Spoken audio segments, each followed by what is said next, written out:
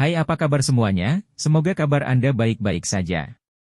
Terima kasih karena sudah memberikan support dan juga kesetiaan Anda untuk membangun channel Codot Film. Yuk kita lanjutkan alur ceritanya, sambil siapin kopi dan cemilan, setting suara volume full. Gasken. Yah, aku sekarang, merayu, di sekolah di luar, merayu Ming, semuanya monster. Di luar? Di mana kamu sekarang?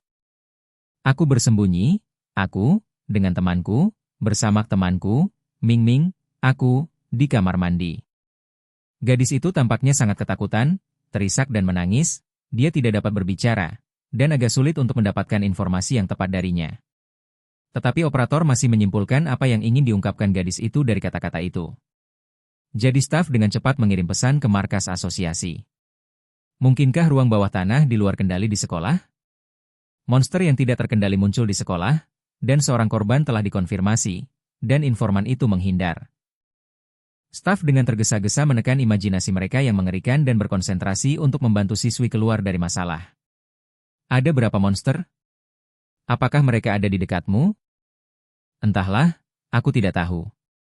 Ah, itu semua teriakan, rengekan, terlalu banyak. Apakah aku akan mati? Siswa, tolong tenang sedikit dan dengarkan aku dengan penuh perhatian. Operator kabel sangat menyadari betapa rentannya manusia ketika nyawa dipertaruhkan. Karena itu, operator harus tetap tenang. Setelah menenangkan pelapor, segera berikan solusi terbaik yang paling sesuai dengan situasi darurat. Itu pekerjaan mereka. Sekarang para pemburu dari asosiasi bergegas ke tempatmu. Para pemburu tidak akan pernah menyerah padamu. Jadi kamu harus tenang, tahu? Benarkah? Lalu, bisakah aku bertahan? Ujung telepon yang lain akhirnya tenang secara bertahap. Ini pertanda baik. Setelah siswa perempuan itu tenang, staf mengajukan pertanyaan penting. Quote, apakah kamu tahu monster seperti apa monster itu? Quote. Yah, aku tahu. Aku melihatnya di TV. Monster macam apa? Jika indera relatif tumpul dan Anda hanya dapat menggunakan mata Anda untuk menemukan manusia, itu cara yang baik untuk membiarkan siswa terus bersembunyi di kamar mandi. Operator berdoa agar monster inilah yang muncul di sekolah. Tubuh itu adalah tubuh manusia. Yah, wajahnya jelek sekali. Dan kulitnya hijau. 039. Mungkinkah? 039. Mata operator melebar sesaat. Mungkinkah orc? Ya, itu namanya, orc. 039. Tidak. 039. Operator berdiri dengan marah dengan bas dan berteriak ke gagang telepon. Lari. Segera. Orc 1. Sebelum staf selesai berbicara, suara pintu kamar mandi retak dan jeritan datang dari gagang telepon. Pertempuran tim para ksatria berjalan sangat lancar. Bahkan cukup halus untuk membuat orang merasa sedikit tidak nyaman. Ini dia satu lagi. Binatang buas dengan tubuh sebesar rumah menghindari serangan tim penyerang, dan akhirnya jatuh ke dalam sihir penangkap pemburu sihir dan mati secara tragis. Mengulangi hal yang sama sepanjang waktu, para pemburu juga mulai merasa aneh. Sangat aneh? Mengapa orang-orang ini lari ketika mereka melihat kita? Melihat mereka, apakah mereka tampak dikejar oleh sesuatu? Kali ini ada banyak mayat hidup yang kuat seperti vampir, pria bersenjata panjang, mumi, dan hantu di ruang bawah tanah. Orang mati yang masih hidup tidak mudah untuk dihadapi. Belum lagi sulit untuk membunuh mereka. Bahkan jika mereka berhasil dihilangkan, mereka tidak bisa dianggap enteng. Karena saya tidak tahu kapan mereka akan dibangkitkan dan menyerang lagi. Namun, orang-orang bermasalah di masa lalu ini sekarang dengan mudah ditangani oleh tim penyerang. 039, ini seperti melepaskan perlawanan karena takut akan sesuatu. 039.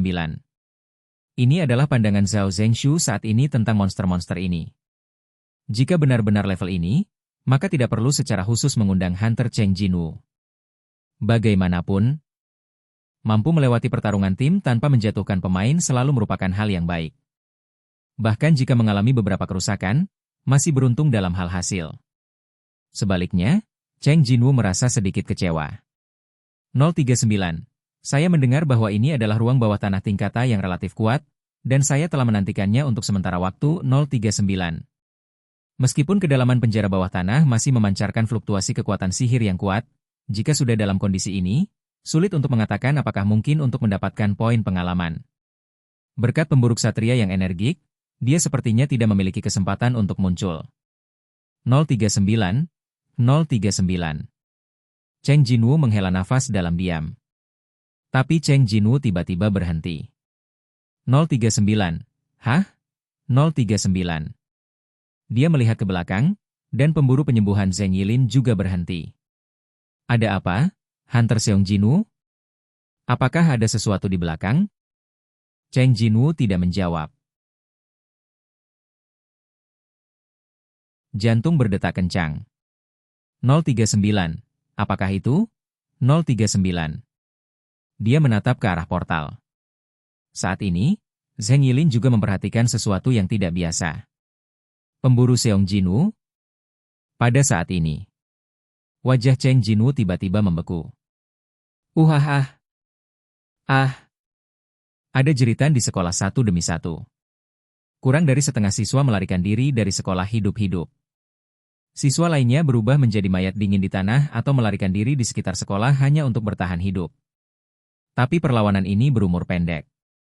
Setengah orc yang membantai sembarangan dari bawah secara bertahap meluas ke atas, membuat semua guru dan siswa mati. Jeritan dari bawah terus menghantam para siswa yang bersembunyi di kelas. Ruang kelas-kelas 3 berada di lantai tertinggi gedung pengajaran. Cheng Xiaoya juga termasuk di antara para siswa yang belum sempat melarikan diri. Pintu ruang kelas yang diblokir secara acak adalah satu-satunya pertahanan melawan orc. Apa? Sial. Dengan barang-barang seperti kursi dan pel di tangan mereka, para siswa laki-laki tidak bisa menahan diri untuk tidak gemetaran. Tapi tidak ada yang bisa memberi mereka rasa aman. Mereka hanya bisa berharap para pemburu akan tiba tepat waktu sebelum para orc masuk ke ruang kelas. Kuang Yi. Pintu ruang kelas yang cacat terbang keluar. Diiringi oleh teriakan para siswa, setengah orc ini sudah lama kehilangan hitungan berapa banyak manusia yang telah mereka bunuh. 2 orc berlumuran darah masuk ke ruang kelas. Melihat orc masuk ke pintu depan, siswa laki-laki yang menjaga pintu belakang menjatuhkan pel di tangannya dengan ketakutan, dan membuka pintu belakang kelas sekaligus. Namun, setengah orc yang sedang menunggu manusia untuk melemparkan diri ke jaring di pintu belakang memenggal kepala siswa laki-laki yang melaju dengan kapak. Bang! Siswa laki-laki yang dipenggal itu jatuh. Ugh!